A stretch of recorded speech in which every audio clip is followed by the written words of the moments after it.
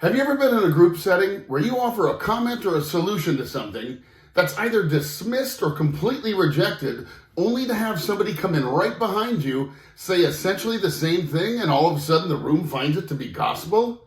Hey, this is Chris.sonnenschein with eXp Realty. In this video, I'm going to teach you a ninja trick to employ across 5 key principles to make sure you avoid this pitfall and find the realtor you're looking for to take. Before we get started, I'm going to invite you to like and subscribe to my channel so you don't miss out on all things real estate and all things living in Sioux Falls and our surrounding communities.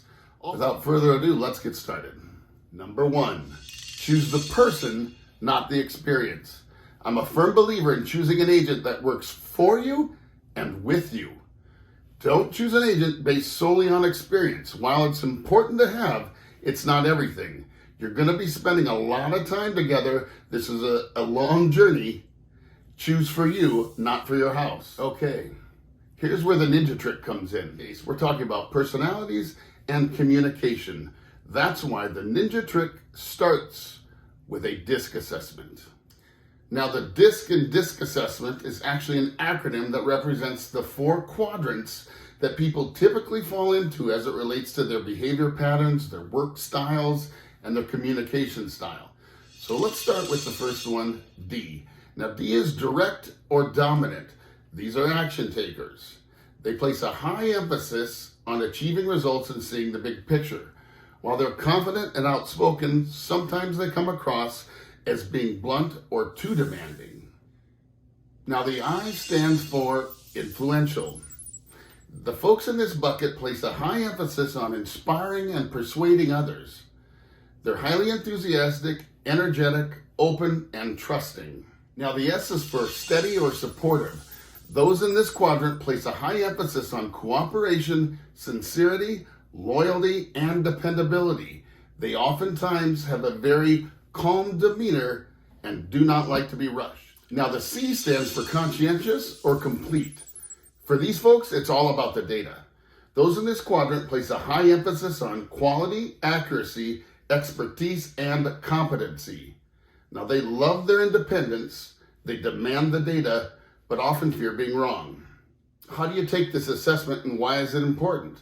Well, the assessment is more than just self-awareness. It certainly begins the process of helping me understand who I am and who I'm not, but also positions me to understand who another person is and who they are not.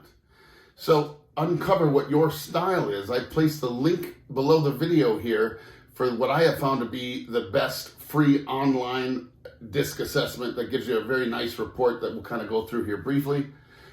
It's free of charge. It takes probably about 10 minutes to complete 25 questions. So here's a visual summary of a DISC assessment put out by the link that I mentioned that's below. The reason I like this one isn't just because it's free, but I like the way it's structured. No one person is 100% in one bucket.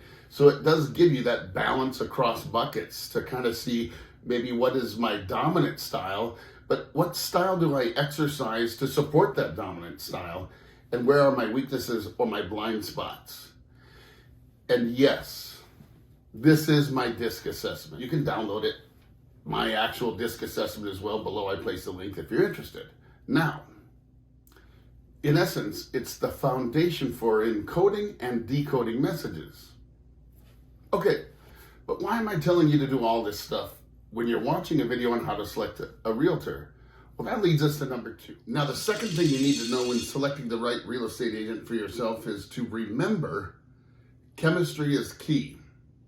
What I suggest is you interview at least 3 agents before making your selection. Now, hold on a sec. A common mistake people make all the time is selecting a real estate agent simply because they know them or they're related to them. The truth of the matter is nearly everybody knows a realtor, if not more than one. And it's simply not enough to say that they sold or bought your house for you 20 years ago. I mean, at the end of the day, we're here now. You have to understand, you're entrusting somebody to take the fiduciary responsibility for likely the largest financial move you'll make in a lifetime or your family will make in a lifetime. Where in life would we trust something like that just to somebody because we know them? So this is really important. Now, I'm going to make it a little easier on you. This is, again, where the DISC assessment comes in. Because at the end of the day, nobody wants to sit around talking to a salesman, right? I don't either. So you're the employer. Turn it into a real job interview. Start with the DISC assessment. Ask the realtors you're going to interview to have them take the DISC assessment, share it with you prior to the interview. Now you have an understanding, at least for their style as they took the test. And then when you go through the interview, you're observing, and you don't have to worry about talking to a salesman, because at the end of the day, you're the boss. So act like it. Now, you're going to benefit in 4 different ways from doing these interviews. Number 1, you'll define what a real estate agent is and isn't. Yes, see, that's the catch here. Everybody comes with a preconceived idea of what they think something or somebody is. Now, I'm not here to say it's right or wrong. What I am suggesting is you position yourself to make sure your definition is, in fact, complete. And why does interviewing do that? Well, you're sampling a population, right? And nobody's going to be alike, so all of a sudden you start to be able to frame up what an agent is. Now, the second benefit is you refine what you're looking for, right? I mean, at the end of the day, you think you know what you want, but I might be shopping for a car, and I think, I can get by without leather seats, it's just more money. And then I test drive one, and all of a sudden I'm a leather seat guy, right? I mean, you're going to understand more of what you're looking for simply by interviewing 3 or more agents. The third thing, which is the obvious one, you're going to pick the best agent, right? And then the fourth, which I think is perhaps the most important, you also understand that you picked the right agent with confidence. And the reason that's important is this is a journey. It's fraught with emotion, high and low. It's a fabulous journey. You don't want to start off with anxiety. You'll battle that the rest of the way. Number 3, find an agent you can trust. As the employer and the client, you begin the dialogue. Pay attention to how actively they listen. Pay attention to how they respond. Pay attention to the questions they ask you. I would say share with them openly and honestly your why. Preceding every real estate transaction is motivation and a precipitating event. Share that with them. See how they tailor their communication and what they do to that need. I mean, all successful realtors have the technology, the resources, and the knowledge to sell a house and to buy a house. But it takes a real human being to listen to another person and work towards achieving your specific goals. Find somebody that respects that. Number 4, look for passion, conviction, and honesty. Review the agent's work. The easiest and most reliable, dependable way to see how your house would be marketed would be to go look on their websites, their blog sites, their social media sites. See what they're doing to market and promote properties. And would you like your home to be represented that way? I would suggest that you creep on their personal sites, right? And I mean it, right? Are their personal sites locked down or are they open? Because the truth of the matter is, we are who we are behind closed doors, right? If the door's closed, no big deal. Friend request them. And then see on the personal side, is it congruent with their professional pages and how they present themselves professionally? Pay attention to their appearance and how they present.